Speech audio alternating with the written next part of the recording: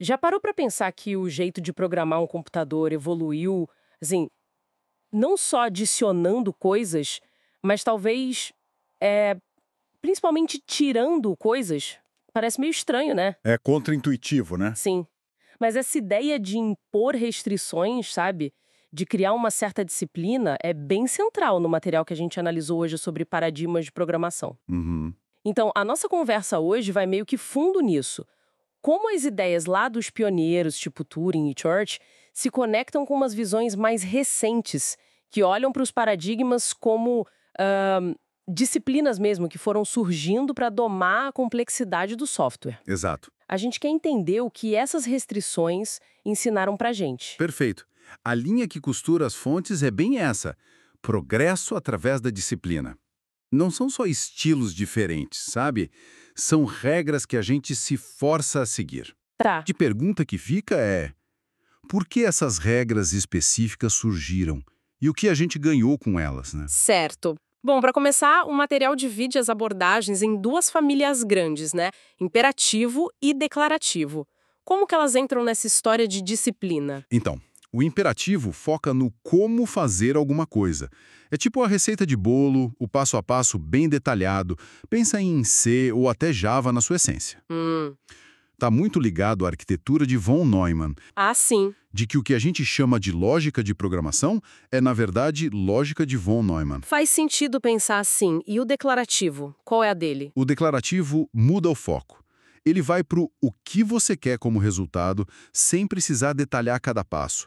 SQL é o exemplo clássico. Ah, tipo, select nome from usuários where idade 18. Isso. Você declara o que quer e o banco de dados que se vire para buscar.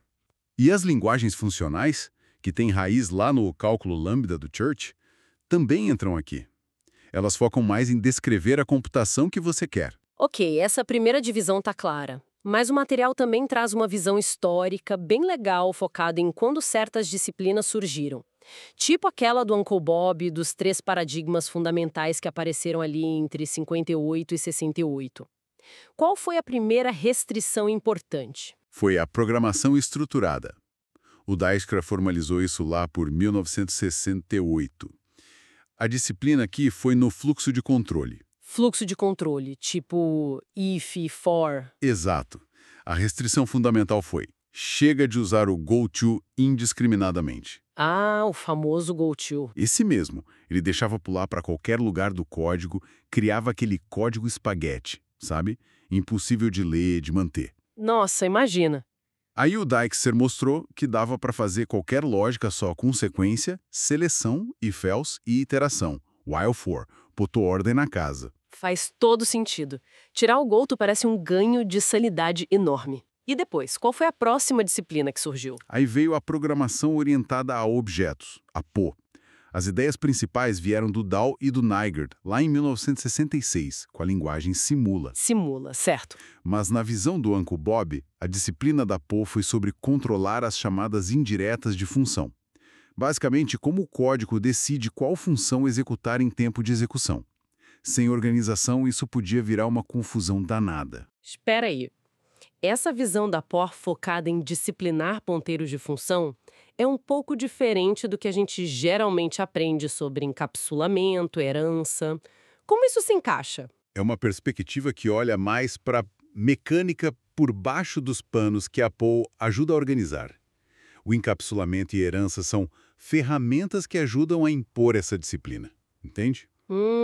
Acho que tô pegando. A restrição veio ao juntar dados e comportamentos nos objetos. E o polimorfismo, aquela capacidade de tratar objetos diferentes do mesmo jeito por uma interface comum, tornou essas chamadas indiretas mais seguras, mais gerenciáveis. Ah, ok. Então, encapsulamento e herança são meios para esse fim maior de controlar chamadas dinâmicas. Exato, nessa interpretação.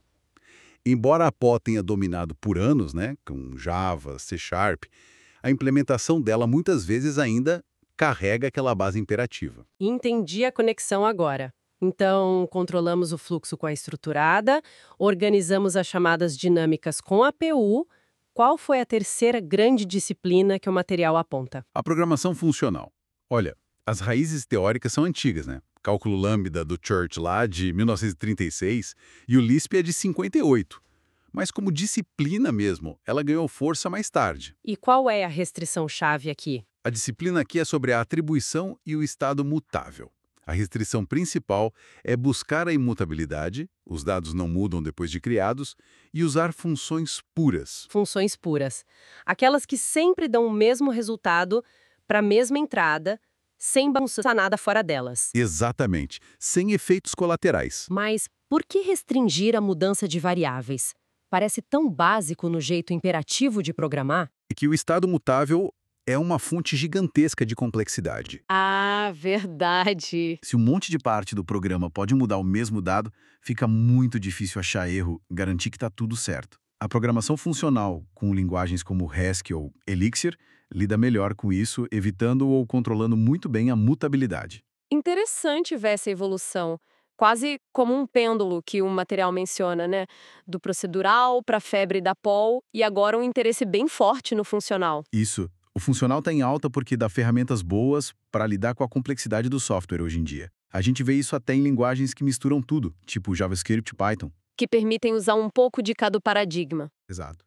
E isso reforça uma ideia importante das fontes: entender os paradigmas, essas formas de pensar sobre problemas. Talvez seja mais fundamental do que só aprender a sintaxe de uma linguagem nova. Então, para a gente amarrar tudo, a grande lição do material parece ser que os paradigmas não são só questão de gosto, né? São disciplinas fundamentais que evoluíram. Isso. Principalmente impondo restrições, tira o goto, organiza as chamadas de função, controla a vulnerabilidade para deixar o desenvolvimento mais gerenciável, mais robusto. Precisamente. E isso leva a gente para uma reflexão final, provocada por uma fala do Uncle Bob nos materiais. Se os três grandes paradigmas surgiram ao restringir o goto, as chamadas indiretas e a atribuição, e ele sugere que não tem mais nada fundamental para tirar. É uma afirmação forte essa. E evoluir por restrição talvez tenha chegado num limite.